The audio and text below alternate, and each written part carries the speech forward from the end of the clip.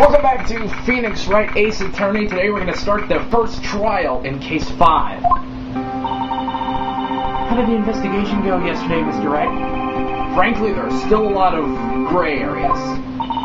Or rather, the whole thing is one big gray area. Don't worry about me, no matter what the outcome. I'm ready to accept my fate. I believe in you, sis. Mr. Wright, let me offer you a word of advice. Yes?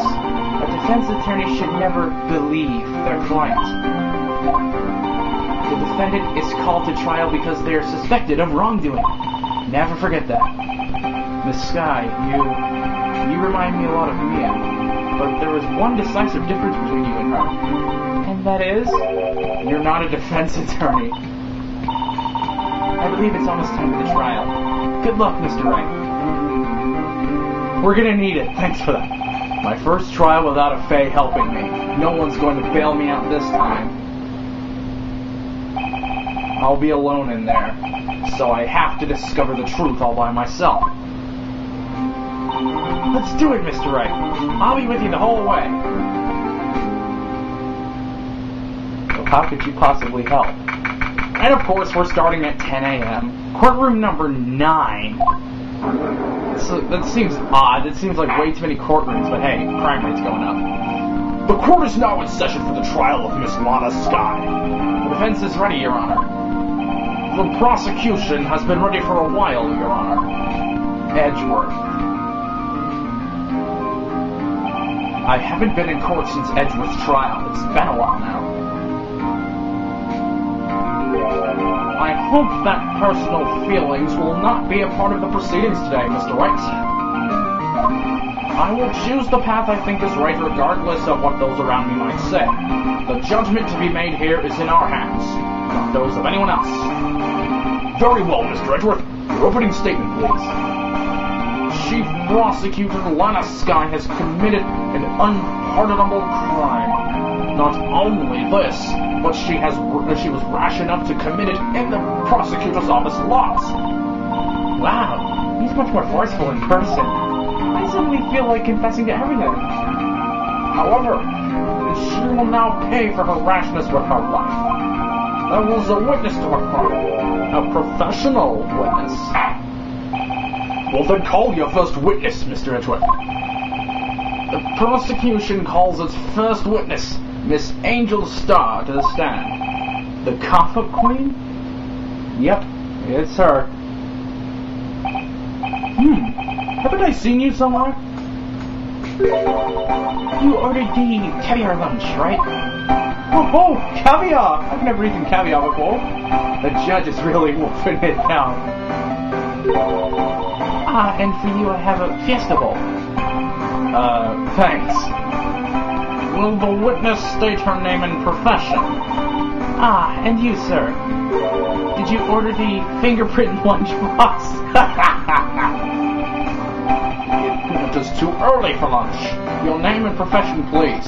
10 a.m.? It's not that early. Come on.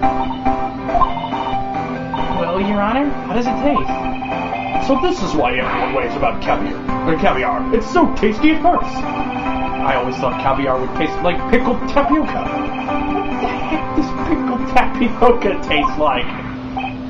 Name, profession, now. Me? The name is Angel Star. Don't forget that. I find myself running Lunchland these days. Is that what you wanted me to say, Mr. Edgeworth? Very well, witness. Please describe the incident to us. The prosecution will wait. I'm not finished eating. Hurry up. Very well, Mr. Edgeworth. As you know, we usually call on the police to provide a description of the crime. Your Honor, as Mr. Edgeworth has said to the court, I am a professional. What exactly does that mean? Until 2 years ago, Miss Angel Star was a special investigator with the police. She was a first-rate homicide detective. What? Miss Star was a detective? Aha! I know who you are. Cough-Up? Cough-Up Queen Angel Star, Your Honor. Long time no see. Very well. You may continue with your description, Miss Star. Just who is this lady? if I might have the court's attention over here. Here we go. The parking lot at the prosecutor's office is divided into 2 blocks. A block is for the prosecutor's office personnel. B block is for the visitors and clients. The chain divider separates the 2 blocks. I suppose that's to keep visitors from taking up prosecutor spaces, yes? The crime took place by a car in the back of A block, in the car's trunk. The killer stabbed the victim with a knife and went to drive the body out. Unfortunately for her, there was a witness, and an arrest was made on the spot. And who was this valiant witness? Why, it was me, Your Honor. Okay, so we got the floor plans. Witness, did you see the very moment of the crime? Of course, Your Honor. Immediately after that, I apprehended the chief prosecutor. It seems rather cut and dry, doesn't it? Well, Mr. Wright? I can't agree on principle, Your Honor. It seems that some poor losers are unwilling to accept the truth, Your Honor. Shall I proceed to crush what little hope they have remaining? If you can, and give them your worst, Miss Starr. Wait, are they talking about me? Sheesh. Somehow I always knew a day like this would come. I was on my way to deliver a lunchbox to my boyfriend when I sensed something. Perhaps it was my finely honed detective instincts at work. Then, through a wire fence, I saw the chief prosecutor standing next to a garage car. The chief prosecutor was holding a knife in her right hand. Then she thrust the pointy tip of the knife into Detective Goodman's chest. Bringing a lunchbox to your boyfriend? How touching! As you can see, there's no room for doubt. I would doubt that, Edgeworth. The key point of your testimony seems to be nothing other than the point of the knife which you saw being stabbed into Detective Goodman. So, how does it feel to be so utterly crushed? I'm still thinking about that.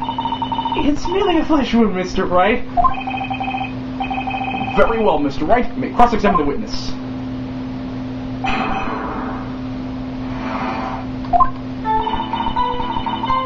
Hold it!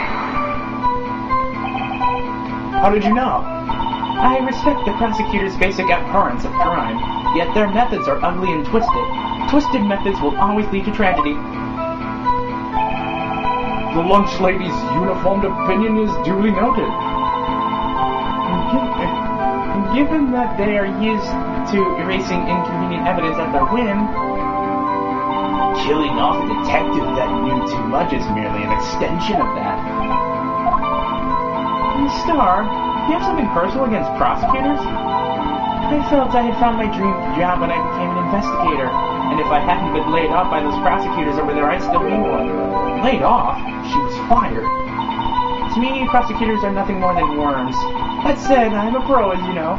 My testimony is unbiased and flawless. Very well. You may continue, Miss Starr. Hold it! This boyfriend, he's a detective? Not that boyfriend, the security guard. That boyfriend? You have several? Yes, this boyfriend, that boyfriend, and the other boyfriend. Carriage showing.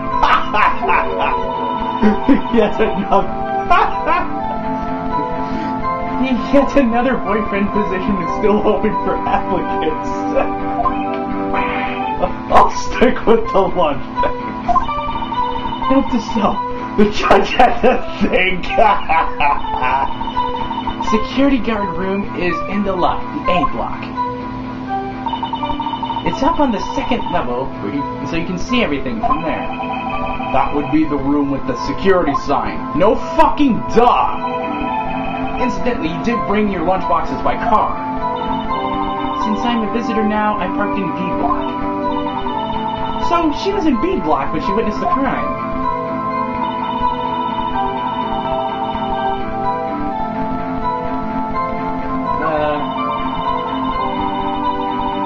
Hold it!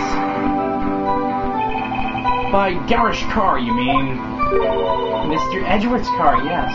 Mr. Edgeworth's? Incidentally, the knife with which the victim was stabbed was also Mr. Edgeworth's, wasn't it?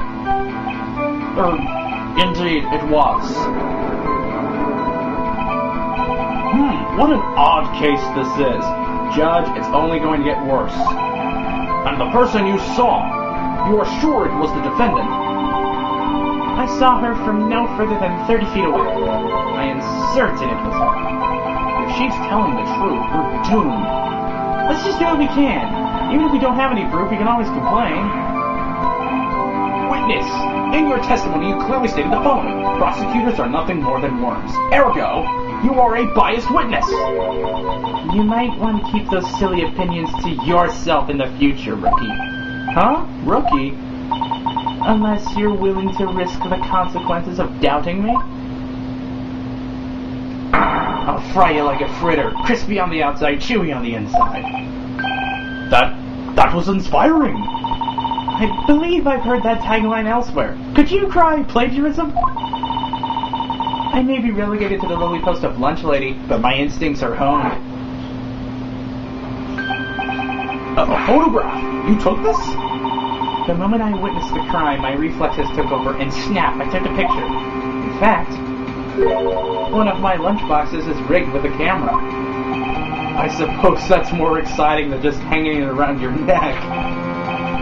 This is my first time seeing this photograph. You think I'd show it to you, a prosecutor? Think again. My boyfriend works in the photography division of criminal affairs. Well, this is most certainly the defendant. Uh-oh, that is unmistakably Lana Skye. So what was the defendant doing at the time? Hold on a second. Is that really true? Let's take a look. I don't see any knife in any hands. Objection! And you witnessed this. You saw Miss Skye stab the victim with a knife. As I've already said, yes. I swear it on my finest salmon swirl lunch.